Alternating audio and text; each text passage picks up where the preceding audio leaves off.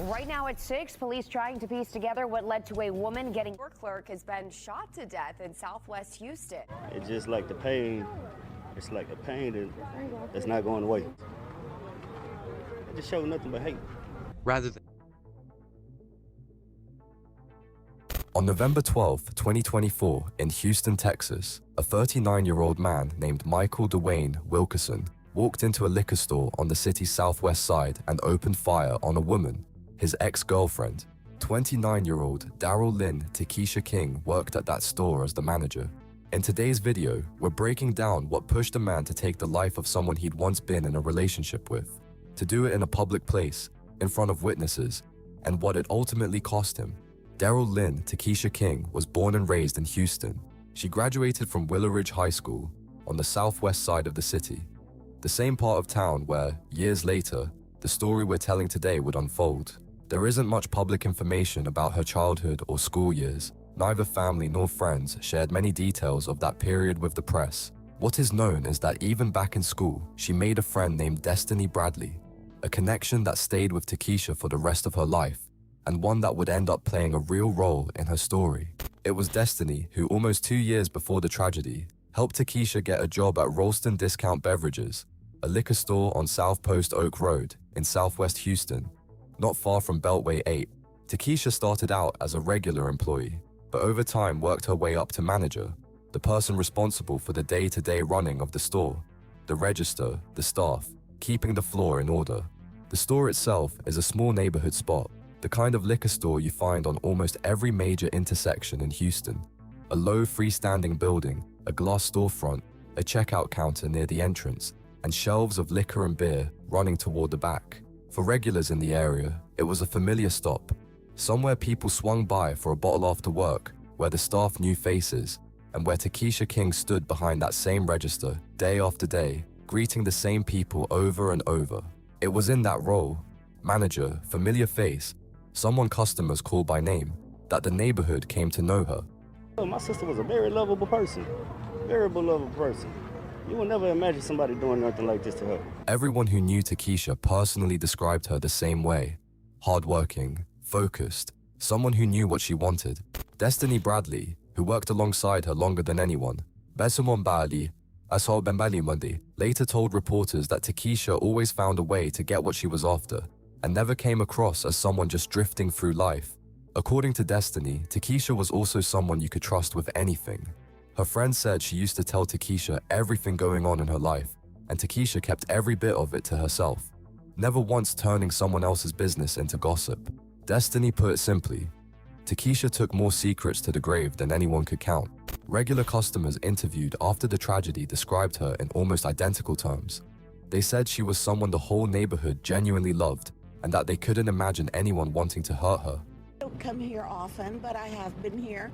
Very nice ladies that worked here. Destiny said essentially the same thing, almost word for word. Takesha didn't have enemies, didn't have anyone who might want to harm her. None of that kind of trouble existed in her life. This wasn't the sound of people polishing a dead woman's memory after the fact. Co-workers, customers, and her best friend all independently landed on the exact same description. Takesha King had 4 children. There's very little public information about who fathered those children or what her day-to-day life looked like as a mother. That's a gap worth acknowledging honestly. What's documented is the fact of her motherhood, not the details of how she balanced raising 4 kids with managing a store and the personal relationships that come later in this story. What is known is that her older brother, Terrence Washington, had been a steady presence in her life for years, and the two of them shared an especially close bond. he says this week the two were supposed to be celebrating. That was my happiness, man. That was my happiness. We had plans to go somewhere for my birthday. Now that she passed away 2 days before my birthday, I got to celebrate her first. In his own words, spoken after the tragedy, he said he looked after her like she was his own child and always tried to protect her. Language that makes clear his role as her older brother wasn't just formal. It was close, almost parental. 3 years earlier, in 2021, tragedy struck Takesha's life in a way that, according to people who knew her, never fully lifted. A man she was seeing at the time was killed in a shooting. The circumstances were never made public, and it remains unknown whether he was caught in the crossfire of something else or was himself involved in whatever led to the shooting. It isn't even known where that shooting took place, or whether Takesha witnessed it. What is known is that the loss hit her hard. According to friends, she never fully recovered from that man's death. Its shadow stayed with her long after it happened. It was against that backdrop, grief from that earlier loss, nearly 2 years invested in her job and her role as a mother of 4, that Michael Dwayne Wilkerson entered Takesha King's life, a man 10 years older than her. Houston police say on Tuesday, King's ex-boyfriend, Michael Dwayne Wilkerson, shot and killed her, according to a court hearing. Very little is publicly known about Wilkerson himself, his background, his line of work, how long he'd lived in Houston, any detail of his life before he met Takesha. None of it is documented anywhere. Not in the official case file, not in comments from people who knew him. The one thing that can be said with certainty is that at some point their paths crossed, and what followed became serious enough that official sources would later refer to him as her live-in partner. Everything known about how that relationship developed comes exclusively from Takesha, her friend, and her relatives. Wilkerson himself never spoke publicly during that period. According to Destiny Bradley, at some point Takesha made a decision. She didn't want to be with him anymore. Wilkerson claims King, quote, disrespected him. Her family believes Wilkerson deserves the death penalty. The reason, by all accounts, was fairly clear-cut. Her friend said Takesha had already met someone else, and that was why she decided to end things with Wilkerson. Destiny later told reporters that Takesha told him directly she didn't want to be with him anymore. She had someone else, and she was simply letting him know she wasn't interested in continuing the relationship. After the tragedy, Takesha's relatives emphasized another point to reporters. She didn't just make that decision. She actively worked to build a life without Wilkerson. That phrase, actively worked, comes straight from the family, and it's worth paying attention to. This wasn't a single conversation or a snap decision made and then forgotten. Based on how Takesha's loved ones described it afterward, the process of breaking things off stretched out over time and took real effort on her part. Exactly how Wilkerson took that decision remains one of the biggest blank spots in the story of their relationship. Destiny Bradley, who was closer to Takesha than anyone and heard about the breakup firsthand, later admitted she hadn't been sure, at the time, how he'd actually reacted to the news that things were over. That admission alone says something. The person who knew the most about the breakup couldn't say with confidence what was going on inside Wilkerson during those days. There were no public blow-ups, no police reports, nothing that made it into any official record that would let anyone reconstruct his state of mind in those weeks. There was only silence, set against the backdrop of Takesha's life going on as normal. Work at the store, her kids, a new relationship, and a friend she still trusted with her secrets. It's telling that even the people closest to Takesha, her best friend, her brother, later described that period only in vague general terms, without specific dates, specific conversations, specific incidents. That could simply mean nothing significant happened, that Wilkerson took the breakup calmly, without any visible pushback. Or it could mean that what happened later shook everyone who knew this couple so badly that, looking back, they genuinely couldn't recall or put into words any early warning signs, because up to a certain point, there really weren't any visible from the outside. Before we go further, if this case has your attention, hit that like button. It tells us these are the stories worth telling. Subscribe so you don't miss the next investigation, and drop a comment. What's your read on this case so far? Now back to it. Right now at 6, police trying to piece together what led to a woman getting shot and killed inside of a liquor store. On Tuesday, November 12th, 2024, Takesha King showed up for another shift at Rolston Discount Beverages at 14,370 South Post Oak Road in Southwest Houston. It was an ordinary daytime hour, the kind of stretch when a store like this stays quiet, customers trickle in one at a time, business moves at its usual pace, and staff handle routine tasks, stocking shelves, watching the register, waiting for the next customer. Nothing that morning suggested this Tuesday would be the last day of a 29-year-old woman's life. Small stores like this one typically run on a skeleton crew during weekday daytime hours, 1 or 2 people per shift, usually just one person actually working the counter. As manager, Takesha was often that person. Around 12:30 p.m., Mademoiselle Passorisha Pafarfarsum, a man walked into the store. According to investigators, that man was Michael Dwayne Wilkerson, Takesha's 39-year-old ex. He was armed. What exactly happened in the first few seconds after he stepped through the door? whether he and Takesha exchanged any words, whether she recognized him right away, whether she tried to say or do anything, isn't publicly documented. Surveillance video inside the liquor store here to try and piece together exactly what unfolded before the shooting. The store's surveillance cameras would go on to become key evidence in the case, but exactly what they captured in those first moments hasn't been detailed publicly. What is known, though, is far more telling. According to investigators who reviewed that footage, Wilkerson didn't move through the store like someone who'd wandered in on impulse or in a sudden fit of emotion. The footage shows him deliberately avoiding the cameras, routing his path through the store to stay out of their view for as long as possible. That's not the behavior of someone who's lost control of himself in the heat of the moment. It's the behavior of someone who either knew the store well enough to know exactly where every camera was, had scouted it out beforehand, or both. Either way, it raises a question that still doesn't have a clean answer. How much time actually passed between Wilkerson deciding to show up armed and the moment he walked through that door? Hours or days? Avoiding the cameras takes a level of self-control and calculation. Right at the exact moment you'd expect someone to be at the peak of emotional intensity. It's also unknown exactly how Wilkerson knew Takesha would be working that particular day, at that particular hour. A small store manager's schedule isn't the kind of information that's publicly available. Either he'd known her schedule from when they were together and it hadn't changed since, or something, or someone, tipped him off to where to find her that Tuesday, at that specific time.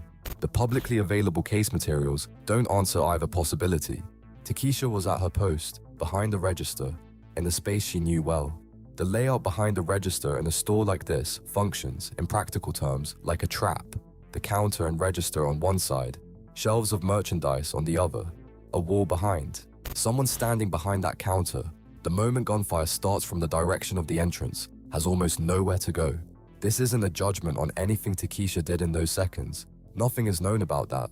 It's simply a fact about the physical space where the attack unfolded. Wilkerson opened fire.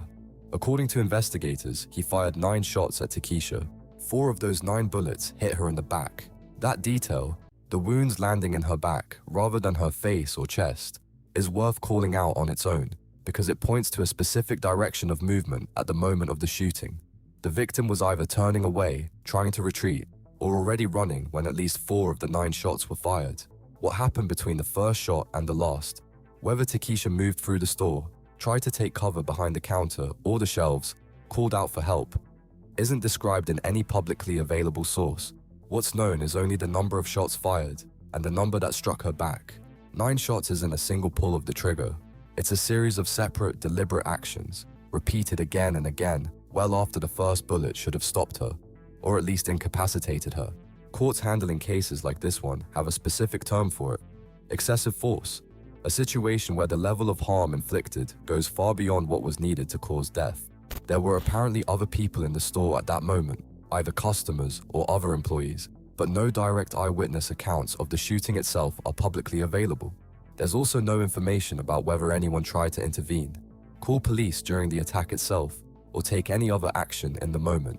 Police investigators say the clerk suffered several gunshots, and family members tell me Takesha King had been working here about a year. What is known for certain is that Takesha's body wasn't discovered by a random passerby off the street.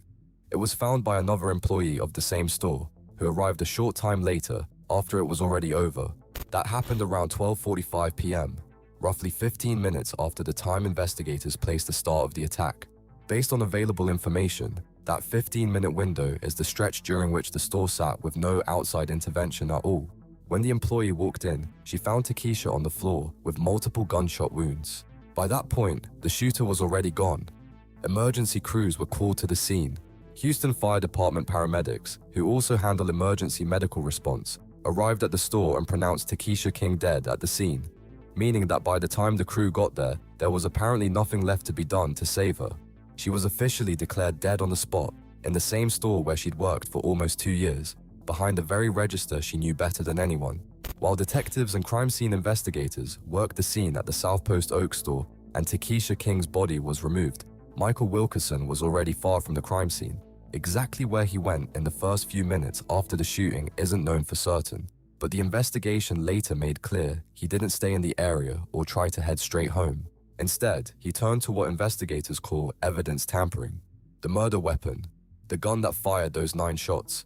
He threw into a bayou, one of the natural drainage channels running through Houston and its suburbs, part stormwater system, part natural landscape feature. For someone looking to get rid of evidence without it being found right away, a bayou is close to ideal. Murky water, a muddy bottom, current strong enough to carry a small object dozens of feet from where it went in. The clothes he'd worn during the murder, he tossed along the side of a road, a very different method of disposal. Far sloppier and far more likely to be spotted by a passerby or a patrol car. That contrast, a carefully planned disposal of the weapon paired with a much less careful disposal of the clothing, is worth noting on its own. A man who just spent several minutes methodically avoiding the store's cameras wasn't nearly as consistent when it came to covering his tracks afterward. That could point to panic, to disorientation that set in only after the act itself was done, or it could simply mean that whatever planning existed covered the moment of the attack itself, but was never fully thought through beyond that. By this point, Houston police had already opened an investigation. Homicide detectives, Sergeants R. Watson and M. Burrow, were assigned to the case, tasked with reconstructing what happened from every available source. Their first and most important tool was the store's own surveillance footage, the same camera system Wilkerson had worked so hard to avoid during the attack.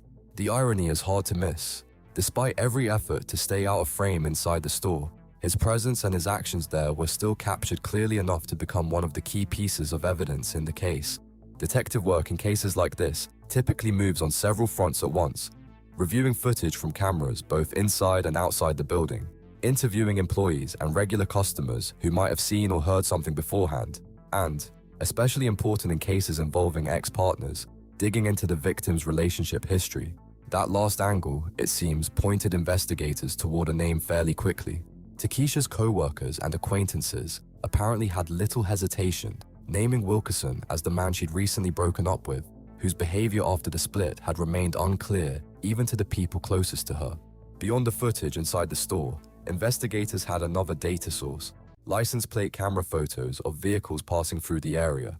Cross-referencing that data with statements from people who knew Takesha and her circle let detectives move quickly toward a specific name and identify Wilkerson as a suspect.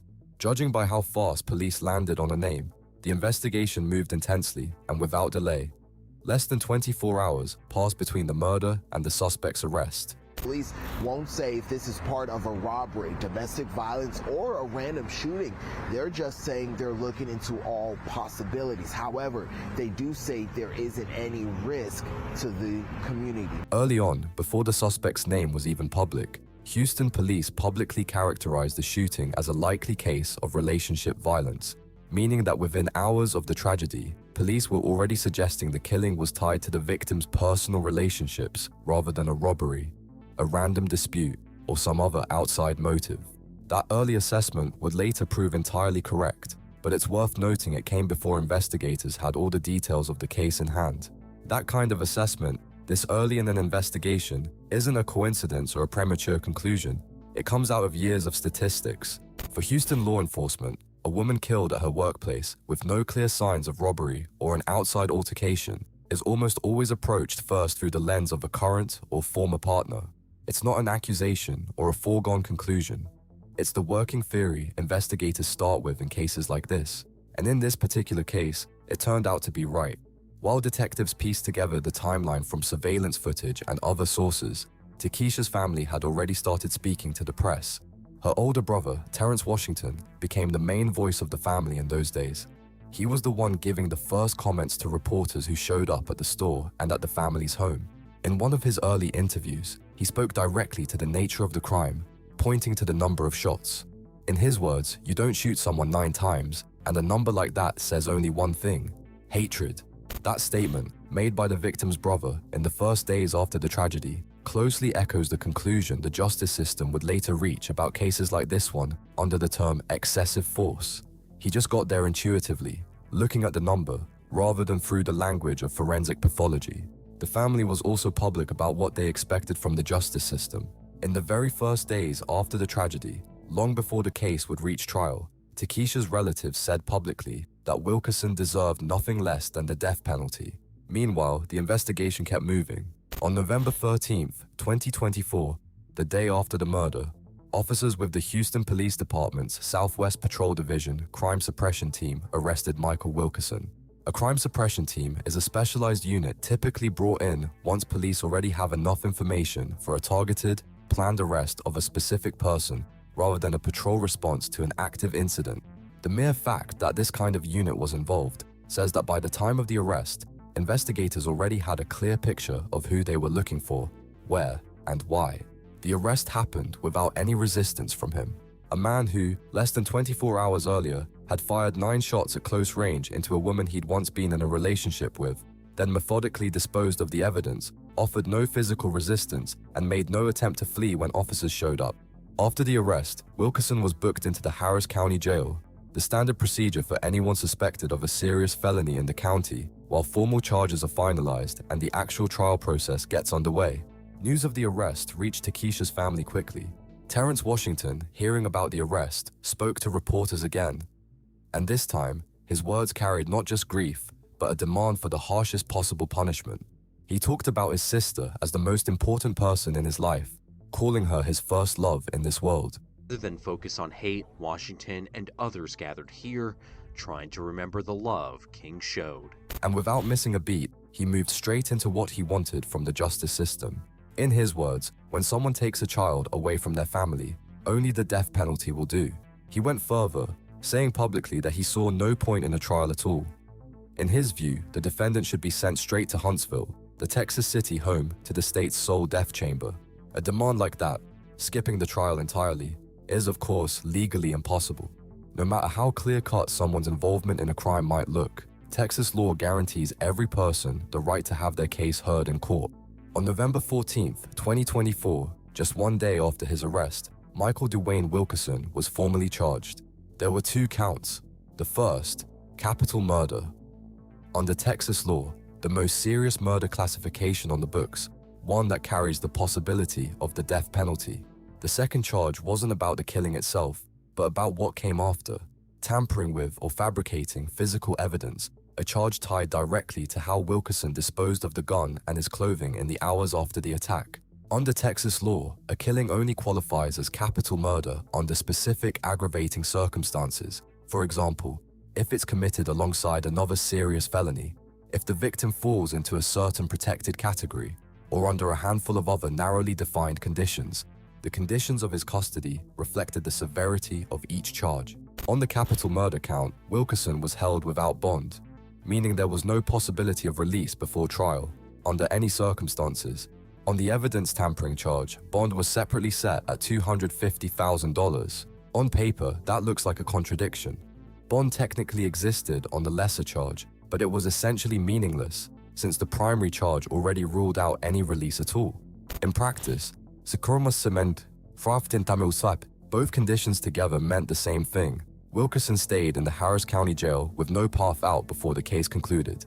The case was assigned to the 182nd State District Court in Harris County, one of several criminal courts in the county that handles serious felony cases, including homicides. By the time the case reached the court, investigators had built their evidence on several independent sources, each one reinforcing the others.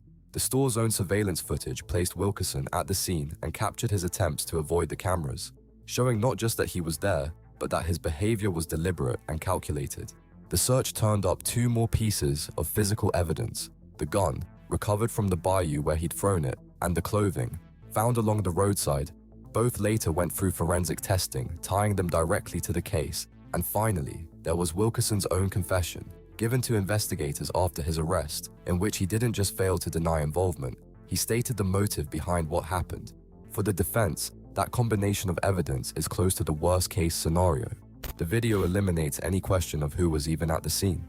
The physical evidence confirms how the crime was carried out and what the defendant did afterward. And the confession closes off the question of motive, something prosecutors would otherwise have had to prove through circumstantial evidence and witness testimony. With that much direct, documented evidence, there's almost no room left to build a defense around denying involvement. That combination of evidence, it seems, is exactly what shaped how the case played out from there. Wilkerson waived his right to a trial entirely. Instead of contesting the charges in front of a jury, he entered into a plea deal with prosecutors. Waiving trial in legal terms means the case never reached the jury phase at all. No jury selection, no presentation of evidence in open court, no closing arguments from either side. Instead, the question of guilt and punishment was resolved directly between the defense, the prosecution, and the judge through a plea agreement that the court then approved. For the victim's family, that means the case never came with a public trial featuring witness testimony and a full, detailed account of events laid out for a jury. A significant part of the picture that a public trial might otherwise have revealed stayed inside the case file, never spoken aloud in open court. The terms of that deal worked like this. Prosecutors agreed to let Wilkerson plead guilty not to capital murder, but to the lesser charge of murder, a category that doesn't carry the possibility of the death penalty and comes with a narrower range of possible sentences. In exchange for that guilty plea, the prosecution agreed to drop the original, more serious charge. Deals like this are common practice in the American justice system, and prosecutors agree to them for a range of reasons even when the evidence is overwhelming: avoiding a long, expensive trial, guaranteeing a conviction without the risk of a jury acquittal, or weighing the wishes of the victim's family, for whom a faster resolution sometimes matters more than the formal category of the charge. As a result of that deal, the court sentenced Michael Wilkerson to 50 years in prison. The sentence came down in June 2026, roughly 1 year and 7 months after his arrest. A gap of that length between arrest and final sentencing isn't unusual for cases involving serious violent crime in major US urban counties. Overloaded court dockets, the need for multiple forensic evaluations, negotiations between defense and prosecution over plea terms, and standard procedural timelines under state law all combine regularly to stretch cases like this one out to 1.5 or 2 years. Even when the evidence appears exhaustive and leaves no real doubt about guilt, Wilkerson's age at sentencing was 41. Given a 50-year sentence and the standard terms of incarceration for a crime of this category in Texas, his theoretical release date would fall somewhere well past his 90th birthday. In other words, regardless of the formal legal category attached to the final charge, the real-world sentence for a man his age amounts, functionally, to life in prison. Just expressed not through the legal term, life, but through a specific number of years. Today, Michael Dwayne Wilkerson is serving his 50-year sentence in the Texas prison system. The store on South Post Oak Road where it happened is still open, an ordinary business among dozens just like it in that part of Houston. Takesha King's family didn't disappear from public view once the criminal case closed. Throughout the investigation and the trial process, which stretched on for nearly 2 years, her relatives kept appearing in local media, commenting on the case's progress and reminding people that behind every line of a court record is an actual person and an actual family still living with the loss. Just days after the murder, before the suspect had even been arrested, Takesha's friends and family organized a public farewell. That evening, a crowd gathered outside the store and released pink balloons into the sky in her memory. Flowers and candles appeared by the store's doors, right where the attack had happened just days earlier. A spontaneous memorial left by people who knew her. Impromptu memorials like this, flowers, candles, balloons in a chosen color, have become a kind of shared language of public grief in American cities, a way for complete strangers to express that they feel the loss, even without having known the person personally. A difficult moment is bringing people together. Too many painful days. Speaking to the crowd and to reporters that evening, Terrence Washington said the pain of this loss wasn't fading, that it felt permanently stamped into his heart, that too many agonizing days had passed since it happened and it wasn't getting any easier.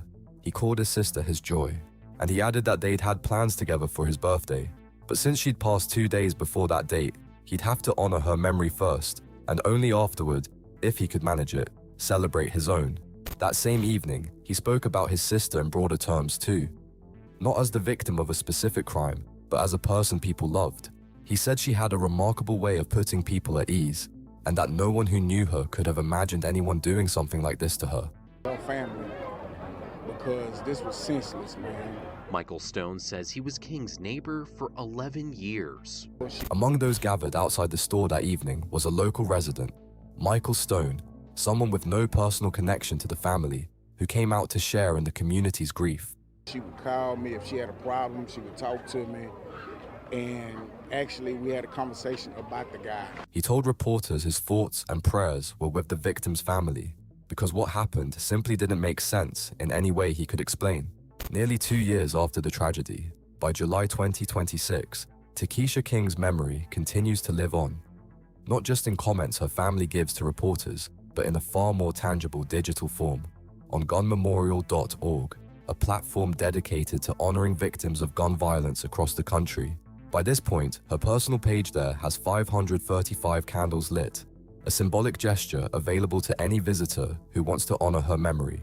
On that same page, people who knew Takesha personally have added details about her life that never made it into any local news report, that she graduated from Willow Ridge High School, that she had 4 children, and that among the people close to her, she had a warm, affectionate nickname reserved for those who knew her well enough to use it.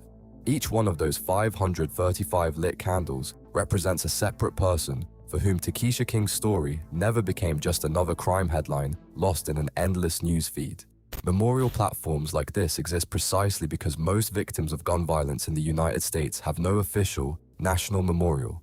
If their names stay in the public record at all, it's largely thanks to scattered digital efforts like this one and the efforts of their own families. The case drew significant coverage in Houston media almost from day one. It was reported on and covered by KHOU, ABC 13, Fox 26, KPRC, Click 2 Houston, and a number of other local outlets. Takesha King's story is the story of someone who did exactly what's considered the right thing to do. She made a decision, communicated it directly, and tried to rebuild her life. And that decision is what cost her her life, in front of a neighborhood that knew her as a hard-working neighbor, a dependable friend, and a loving mother of 4. Neither she nor her children did anything to deserve an ending like this. And that perhaps is the one truly indisputable fact in this entire story. And that leaves us with one last question. If trying to leave a relationship turned into a death sentence for her, what does that say about the safety of everyone, right now, making that exact same decision?